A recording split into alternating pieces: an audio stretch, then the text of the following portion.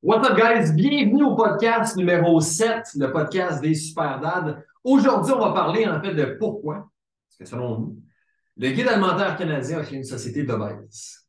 Donc, avant même de se lancer, qu'est-ce qui est le guide alimentaire? Pourquoi est-ce qu'on en parle aujourd'hui? Pourquoi est-ce qu'on croit que c'est important? C'est vraiment le sujet du jour, mais l'objectif ultime, qu'est-ce qu'on veut être capable d'extraire de tout ça, c'est comment est-ce que, selon nous, l'industrie agroalimentaire, comme tu l'as dit, puis la société a fait, malgré, dans le fond, toutes ces bonnes intentions, est en train de créer une société qui est malade, une société qui est plus obèse et plus en surpoids que jamais auparavant, malgré, en fait, les réitérations année après année de ce fameux guide alimentaire-là, qui ultimement, on va vous partager qu'est-ce que ça devrait, à quoi ça devrait ressembler ultimement, selon nous, un guide alimentaire qui fait du sens pour créer une société en santé.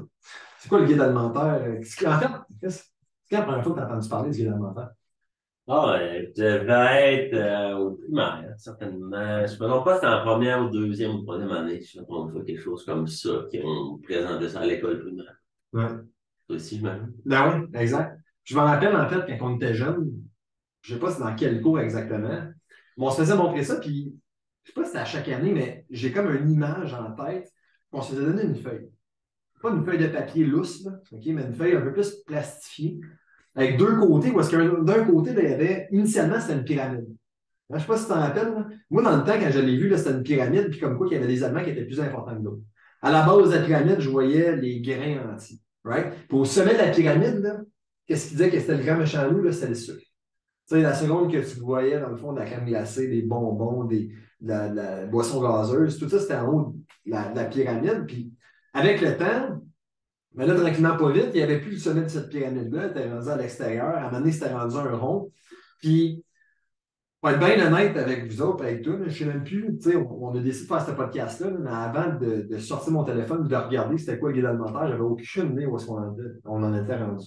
Mais une chose que je sais, c'est qu'on en entend tout le temps parler. Je le sais l'année dernière, ou il y a quelques années, autour de 2018-2019, j'avais vu ça passer dans le fond comme quoi que les produits laitiers avaient été sortis du guide alimentaire canadien. Puis comme quoi est-ce que les producteurs laitiers québécois, surtout, étaient revenus à la charge, comme quoi est-ce que c'était pas normal, comme quoi est-ce que le lait, c'était bon. Tu sais, je peux comprendre, en fait, les débats de chacun des côtés. Là. Il y a une société ou plutôt c'est le domaine de la santé qui veut prôner qu'est-ce qui sont des aliments sains parce qu'on le sait que la société est plus obèse que jamais auparavant. Puis de l'autre côté, ben, il y a des producteurs, que ce soit laitiers, de grains, de manufacturiers, qui veulent, eux, que leurs produits soient là-dessus parce que ben, on va avoir l'impression que si, dans le fond, le lait ou le fromage, le yogourt ou peu importe c'est quoi, c'est là-dessus, ben, tu peux en prendre. Mais je pense que le point qu'on doit parler, c'est malgré tout ça, malgré qu'on a des réitérations à 2 ans, 3 ans du guide alimentaire, que ça a changé avec les années, Ouais. on a une société qui est pas vraiment plus Ben, en santé. je comprends un peu les changements. À ce que j'ai vu, les changements qui ont été faits, c'est qu'on a passé de je vous conseille de manger X nombre de portions de fruits et légumes ou de produits laitiers ou de peu importe, à des conseils relatifs aux habitudes alimentaires. C'est moins, hey, mange X, Y, Z dans telle quantité, mais plus tu devrais éviter les produits transformés. Tu devrais savourer des repas en famille, ainsi de suite. Mais tu sais, ce qu'on a pu voir dans les dernières décennies, clairement, parce qu'on parle de décennies, c'est qu'il y a eu des modifications, des adaptations en fonction de l'évolution, je pense, de la société, de la population canadienne. Mhm. Euh, mais ce qu'on peut constater, par contre, c'est qu'il y a les statistiques relatives à l'augmentation du poids, de l'IMC, du nombre de personnes en mauvaise condition physique dû justement à leur surpoids, ben, continue d'augmenter d'année en année. Donc, la question, pourquoi on remet ça en question, mais est-ce que ça marche vraiment? Tu sais, peu importe si on compte le nombre de portions que tu manges ou qu'on te donne des conseils X, Y ou Z, je pense pas que, tu sais, puis je lisais justement tantôt que l'objectif du guide alimentaire canadien, si je retrouve même le guide alimentaire canadien existe depuis plusieurs décennies, malgré de nombreux changements, il continue de remplir son objectif original. L'objectif original du guide alimentaire canadien, c'est orienter la sélection des aliments et promouvoir une saine alimentation auprès de la population canadienne.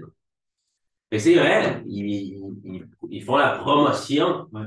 d'une saine alimentation, mais malgré cette promotion-là, j'ai pas l'impression que Ben, les gens y adhèrent avec ça. ça dit, attends, relis ce que tu as dit, ça dit que ça continue de remplir son objectif. Ouais, continue de remplir son objectif d'orienter la sélection. Fait qu'ils vont proposer, ils vont OK? orienter les choix des gens puis promouvoir les saines habitudes alimentaires.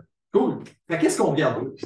Est-ce qu'on regarde plus l'objectif de promouvoir ou est-ce qu'on regarde plus, dans le fond, le résultat qui est d'aider des personnes à être en meilleure santé? Exactement, c'est ça. Parce que clairement, dans le fond, que tout ce qu'ils font, là, c'est mettre, en fait, un plaster ou éviter la réelle question qui est ce que le guide alimentaire canadien a pour but de promouvoir la santé ou d'améliorer la santé?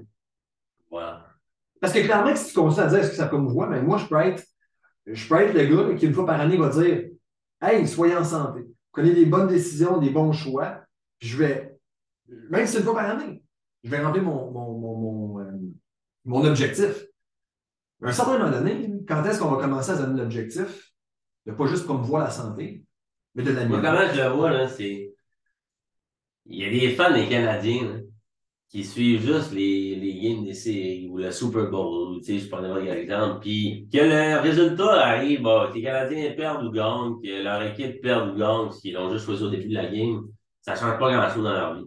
Par contre, tu prends des fans, des vrais fans qui suivent à la lettre chacune des games, puis qui suivent les résultats des Canadiens, ben, ça va leur importer beaucoup plus la résultante au final. Mhm. C'est un peu le même principe avec ça. J'ai l'impression que ça fait la promotion, comme tu dis, mais tu sais, c'est juste, on en parle de surface, mais le résultat et l'impact de cette promotion-là n'est pas tant à mesurer, j'ai l'impression. Ouais. Qu'est-ce que ça va prendre, selon toi, pour que le guide alimentaire canadien finisse finalement par. Est-ce que tu penses qu'on va un jour changer notre objectif, de changer l'objectif de promouvoir à améliorer la santé? Je pense pas, honnêtement.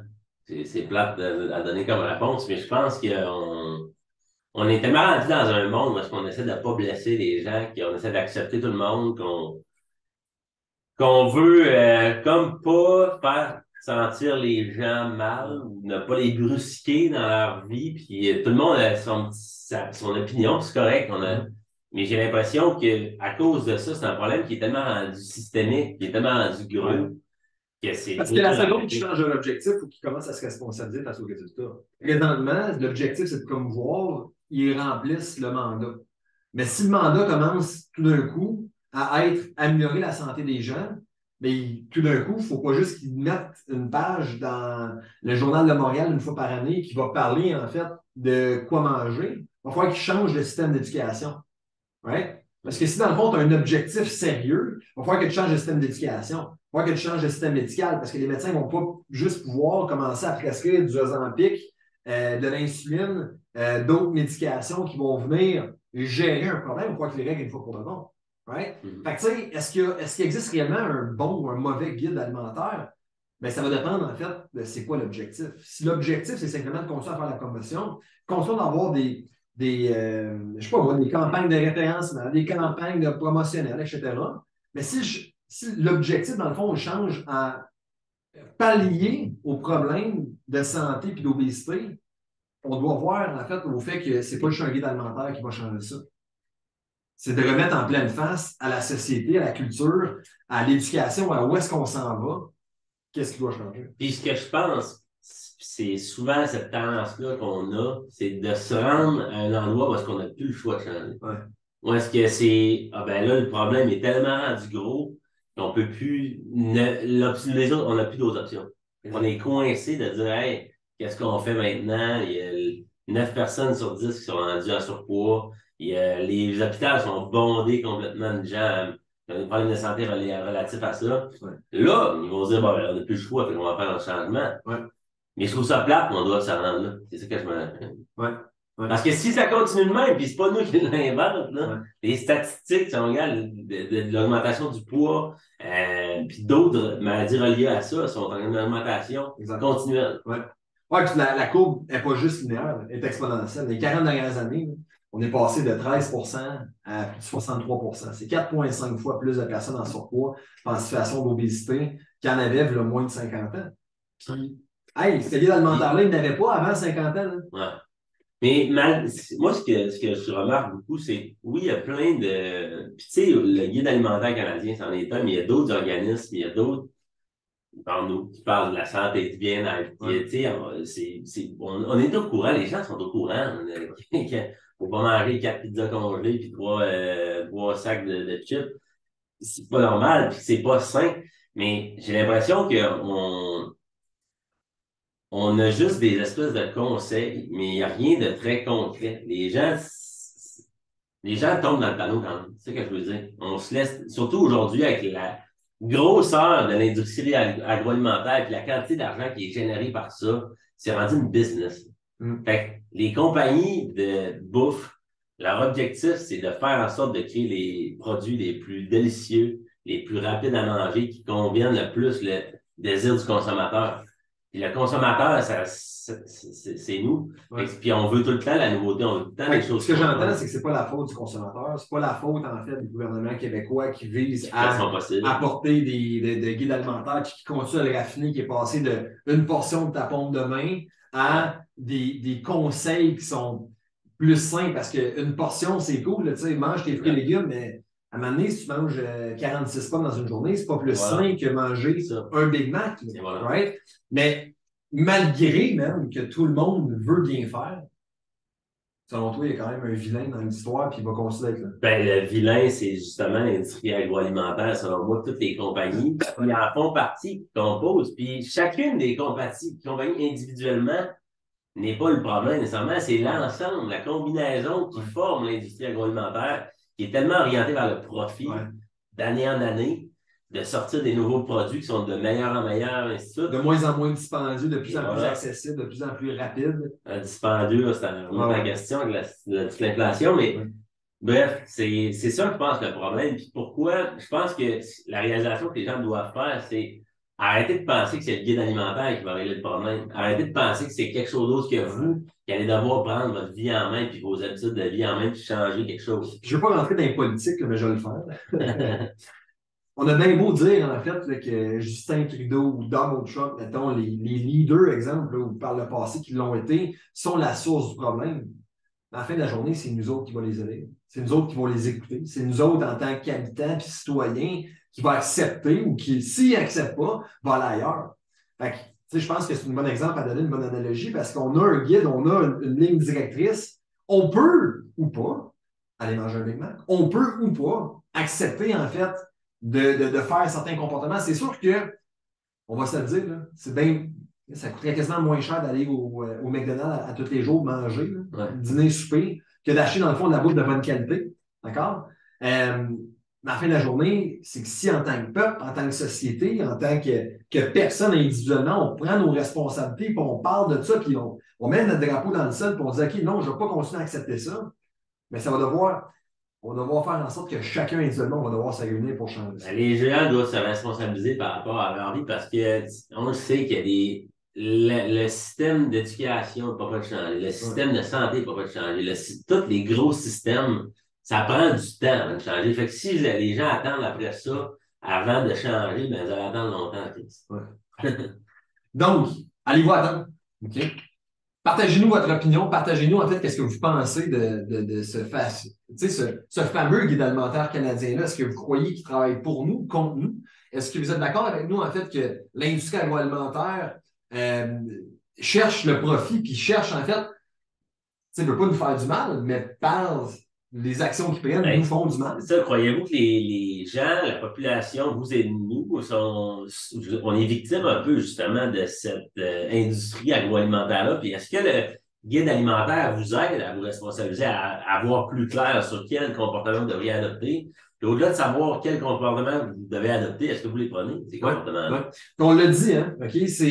C'est en tant que société puis individu, c'est notre responsabilité, c'est votre responsabilité. Si vous voulez, en fait, que les générations qui suivent après nous aient une terre puis une santé qui soit plus épanouie, plus heureux que nous, on l'a été, parce que je pense qu'on ne va jamais avoir d'enfants dans le but qu'ils soient plus, en fait, qu'il y ait moins de ressources, qu'ils soient moins heureux que nous autres, on l'a été.